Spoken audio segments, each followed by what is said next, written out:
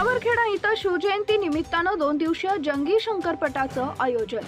सेनगाव तालुक्यातील सावरखेडा शिवजयंती निमित्तानं 2 दिवसीय जंगी शंकरपटाचं आयोजन करण्यात आले असून या जंगी शंकरपटाचं मान्यवरांच्या हस्ते उद्घाटन करण्यात आले।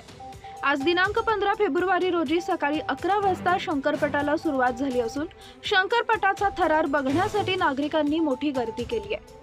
शंकरपटाचं उद्घाटन संतोषराव शिंदे, आदित्य नर्सरी पानक नेरगाव यांच्या हस्ते करण्यात आलं असून भाजपा किसान मोर्चा तालुका अध्यक्ष भागवत मुंडे, शंकरपटाचे अध्यक्ष प्रवीण मुकीर, एकनाथ औटे तसेच प्रमुख उपस्थिती राजेश शिंदे, केसापूरकर, भाजपा तालुका उपाध्यक्ष शामराव देशमुख, सरपंच विवेकानंद तांबिले, वाघजळी महादेव जाधव, दामोदर मुकीर यांच्यासह आयोजक मंडळी व शंकरपट प्रेमी मोठ्या संख्येने उपस्थित होते।